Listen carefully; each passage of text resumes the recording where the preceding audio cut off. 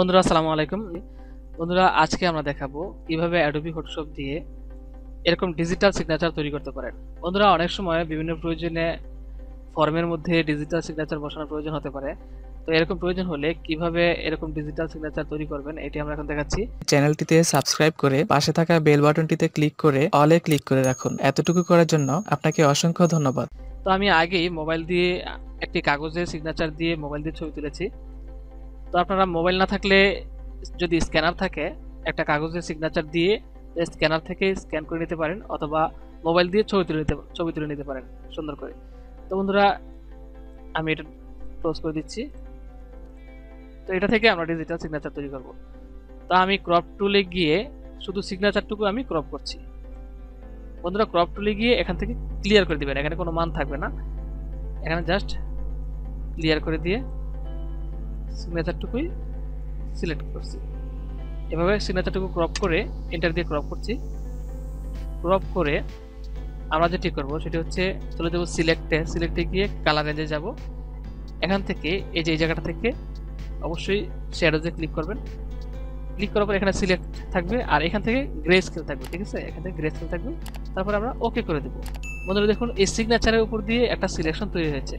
এখন আমরা ঠিক এই যে এই জায়গাটা থেকে, বন্ধুরা খেয়াল করুন, এই জায়গা থেকে create new fill adjustment layer, তো এখানে আমরা ক্লিক করে সলিড কালার এখানে ক্লিক করব।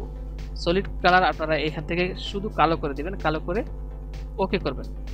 বন্ধুরা তারপর দেখুন এখানে একটি ব্যাকগ্রাউন্ড লেয়ার আর একটি কালার ফিল লেয়ার আছে। আমরা ব্যাকগ্রাউন্ড লেয়ার সিলেক্ট করে রাইট বাটনে ক্লিক করে এই জায়গা থেকে ডিলিট লেয়ার ইয়েস করে দেবো। বন্ধুরা দেখুন পিছনের ব্যাকগ্রাউন্ড কিন্তু ডিলিট হয়ে গেছে। এখন মুভ টুল নিয়ে দেখবেন বন্ধুরা এটা মুভ করা যায়। এখন এটাকে যদি কালারের গাঢ়, এটা যদি কালারটা আরো গাঢ় করে দিতে চান কন্ট্রোল এম চেপে কন্ট্রোল এম অথবা ইমেজ অ্যাডজাস্টমেন্ট কার্ভেস এখানে উপরে টেনে এটাকে আরো কালার করে দিতে পারেন, আরো বেশি কালো করে দিতে পারেন। ওকে, তো বন্ধুরা এখন এই সিলেকশনটি আমরা, এই সিগনেচারটি আমরা সেভ করব। ফাইল, সেভ এজ, এখানে দিয়ে এখানে লিখব PSD সিগনেচার। আপনারা একটা নাম দিয়ে দিতে পারেন, যে কোনো সিগনেচার দিয়ে এন্টার করলাম। বন্ধুরা অবশ্যই খেয়াল রাখবেন, আমি এখানে একটা বিষয় খেয়াল বুঝাচ্ছি। আমি এখানে অবশ্যই PSD ফটোশপ PSD থাকতে হবে, তা না হলে আপনারা এই যে এখানে যে আমি মুভ করাতে পারি এটা মুভ করাতে পারবেন না, ঠিক আছে? PSD ফরম্যাটে সেভ করবেন।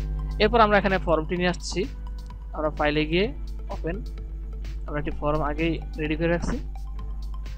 তো এখান থেকে বন্ধুরা জাস্ট এই মুভ টুল নিয়ে আমি এটা এখন যেহেতু সেভ করেছি এটা ক্লোজ করে দিয়ে আমি ওপেন করছি। ফাইল, ওপেন, আমরা এই যে PSD সিগনেচার এটা আমরা জাস্ট মুভ টুল দিয়ে এই যে এখানে মুভ টুল নিয়ে টেনে এটার উপর ছেড়ে দেব। এখন এটা আমরা কন্ট্রোল টি দিয়ে রিসাইজ করব। কন্ট্রোল টি, আমরা এই কর্নার থেকে শিফট চেপে ধরে বন্ধুরা, হ্যাঁ, কর্নার থেকে এইভাবে ছোট করে দিবেন। শিফট চেপে ধরে এভাবে ছোট করবেন, শিফট চেপে ধরে এন্টার দিলাম। এরপর আমরা এটা জুম করে দেখাচ্ছি। ঠিক এইখানে মুভ টুল দিয়ে টেনে এখানে দিয়ে দেবেন। তো এখন এটা আমরা সেভ করে দেব। ফাইল, সেভ এজ, এখানে ফাইল নেম দিয়ে দিতে পারেন। আর এখান থেকে অবশ্যই এবার জেপিজি ফরম্যাট দিয়ে সেভ করবেন।